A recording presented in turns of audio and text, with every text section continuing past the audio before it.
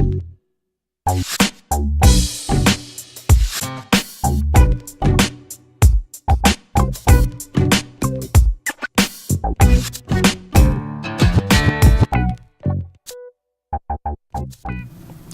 day and welcome back to another Spotlight series sponsored on behalf of the Mayor's Office of Black Male Engagement here in the city of Philadelphia. Today we have a great representative of the city. Some know him as being a black man, some know him as being a blue man. Some people know him as being a father of three. He's a man of the cloth. He has many hats, and we don't envy him for the job that he does. So we'd like to introduce Mr. G. Lamar Stewart. We're going to ask him to tell us a little bit about himself. Tell us about what he does. We're going to have some dialogue in between, and then hopefully we can leave with some words of advice and some words of encouragement from him. So welcome to the studio, G. Lamar. Thank you so much for coming today. Man, Jack, I appreciate you having me, and glad to be here today. Absolutely, absolutely. So tell us a little bit about yourself. Yeah, well, recently celebrated a birthday yesterday. 34-year-old, 34 years now on this earth. I am born and raised here in Philadelphia. My mom lives in Germantown. My father is from Brooklyn, New York, but lived in the city in West Oak Lane and in down North Philly. So was kind of a mutt between the two worlds. I'm a father of three. Got it. Man of faith. Did you say mutt between the two worlds? Yeah, between the two. Yeah. But father of three. I have a 16-year-old son. He'll be 16 next month. My daughter will be 2 next month. And I have a 3-year-old son as well. You're a single father of three. Yes, sir. Tell us about that a little bit. Man, fathering is probably the best responsibility I have in my life right now is the opportunity to be a father of 3 wonderful children, 2 boys and a girl. Raising boys is tough, but having a girl now has really changed the game. I was able to kind of be tough on my boys, and how that dynamic works is one thing, but now having this my daughter Gabriella, she pretty much runs my life. Yeah, I was runs the say. show, man. I have no control of that relationship at all, man. Got it. That's a beautiful thing. So also pastoring a church. I've been pastoring now for 8 years at Lamar Baptist Church in Nicetown, and I just enjoy fathering, man, and serving. That's really where my heart is, serving both the kingdom of God, but also the community at large. Sure. So you talked about pastoring a little bit. Tell us a little bit about why you think and feel that spirituality is important for black men, not only in this city, but just abroad everywhere. Yeah, I definitely think, faith is very critical, in these days.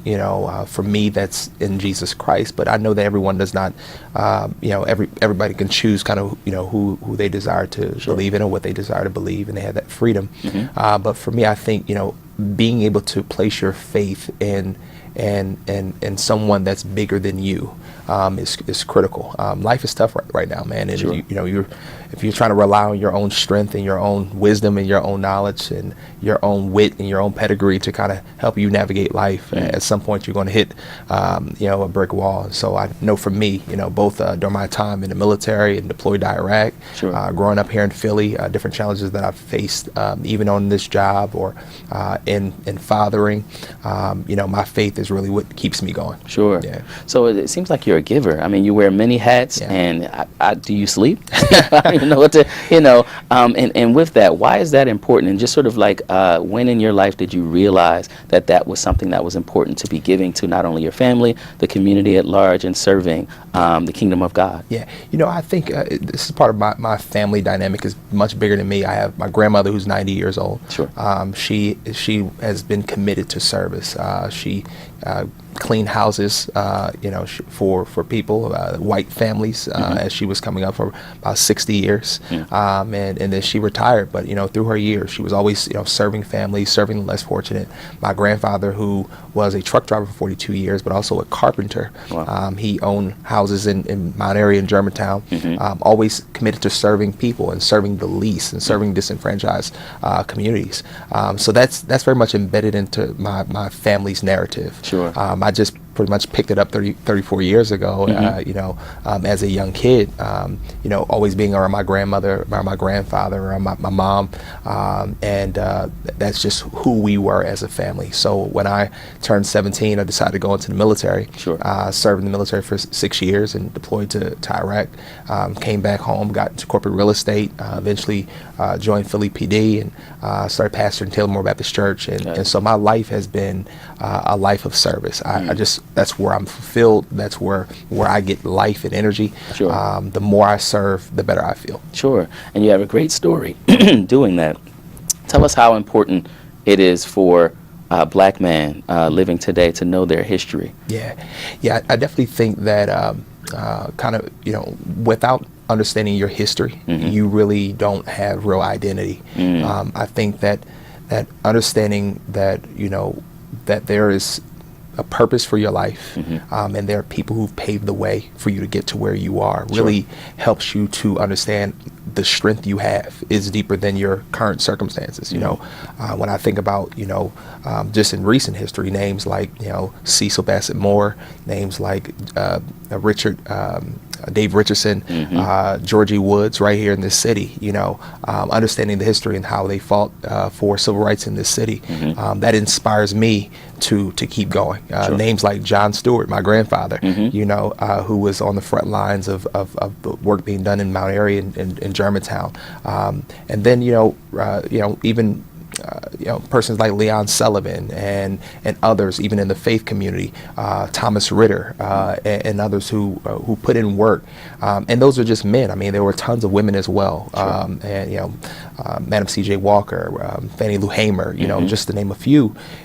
When you think about that history and the work that they paved in the civil rights struggle, that really inspires me to go. That's where I get my life and my energy to do the work that I'm doing today. Sure. And service, man, this is what it's really all about. Absolutely. So can you tell us a little bit about some of the work that you're doing in the city of Philadelphia or a specific area? Yeah, definitely. So, particularly in this capacity in law enforcement, I serve under Inspector Derek Wood, who's the commanding officer for Southwest Division. Sure. Phenomenal leader in the police department.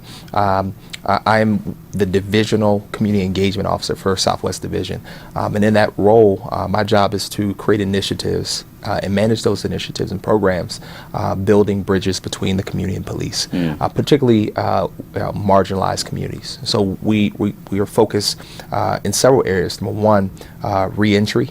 Number two, the whole conversation of reentry and recidivism. Then also our kids and youth going into schools, and also the homeless population as well. We just started something with the LGBTQ community as well in the University City area. So one of our programs, particularly around reentry and recidivism, is a program called Turning a New Corner. Every first Friday of the month, we take employers and workforce developers to some of the busiest corners in Southwest and West Philadelphia, and we transform the corner into a job interview site. We started that in September, and since then we've been able to get 45 individuals hired with various employers across the city, many of them which are returning citizens who had some issues from their past, and maybe felt like, if I went into a traditional job fair or went into an interview of my own, somebody may not hire me. What we did was identified employers who was returning citizen friendly, and they agreed to come out with us. I mean, we have developers like Inwan, Myra Brown with Inwan. We've had commitment from Philadelphia Works, and some other entities as well, who's been really helping us with that program. We also do a program called Blades, Phase, and Engage. Every third Monday of the month, we go to Philly Cuts at 4409 Chestnut Street, and we've transformed the barbershop into a town hall meeting. The barbers are still cutting, business is still going on. Absolutely. But as we know in the black community, the barbershop is a space where all types of conversations happen. So, we're talking about implicit, explicit bias. We're talking about police-involved shootings. We're talking about police and the community interactions, and creating a space, I should say, where the community feels free to talk about those things. The officers, we come in plain clothes, sure. And we just have real conversation. It's been an awesome experience. We generally have somewhere between 45 to 50 people in that space, and we're just having real talk. Okay.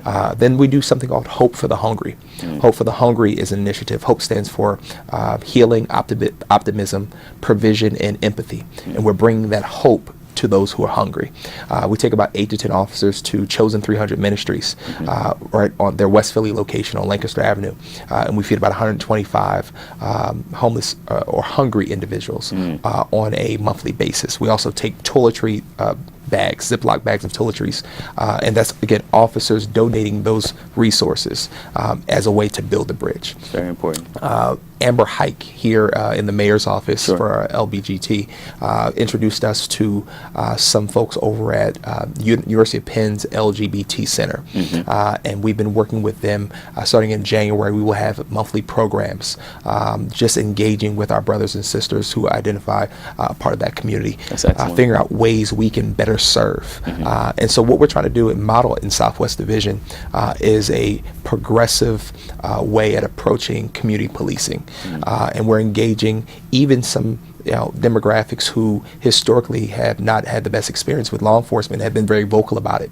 We're asking the question, why is that the case, and how can we do better? Sure. Because we really believe that if the relationship between police and community is going to get better, it doesn't start with the community. Right. It starts with us as public servants asking the question, how can we fix this, and how can we make it better? Got it. And so we're reaching out and we're asking, our activism brothers and sisters, our faith brothers and sisters, faith leaders, and community members as a whole to partner with us. Let's address the issue of gun violence in the city.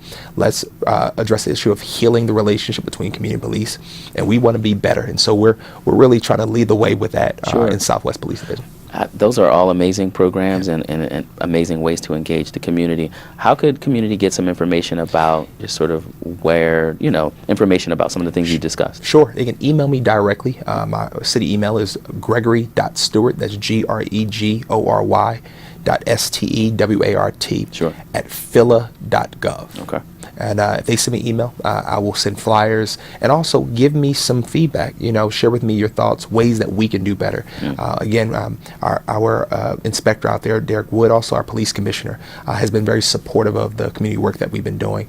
And we're hoping to even take some of these initiatives citywide here in the months to come. To bring this to a close, if you could just give us some words of advice for the listeners, for the viewers, who may be young black men, really inspired either by some of the things that you've said and really kind of looking for some type of direction. Give us some advice for us. Yeah, I definitely think, if I'm talking to a young black male today, I think, number one, it's important for them to, like I said before, where's your faith? Put that faith in someone. Sure. For me, that's Jesus. That may not be true for someone else, but put your faith in someone. Number two, understand that life is bigger than just right now. Every choice that you make today has consequences for your future. Number three, outside of those choices, be committed to just community. I think one of the things that I'm seeing, both as a public servant in law enforcement, but also in the faith community, is that a lot of our young men don't feel connected to the larger community. So that life is bigger than just the world you live in as an individual, but what are you doing to better your community? Got it. And so that's the advice I would give. Get education, for sure.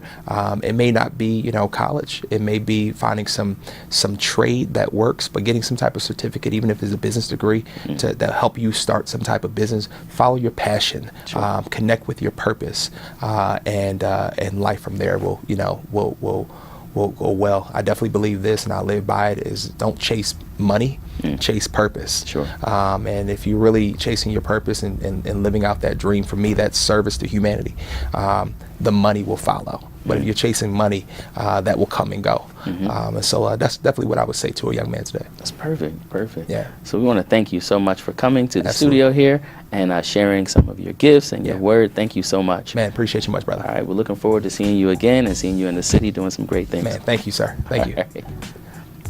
Thanks so much, and join us again for another Spotlight.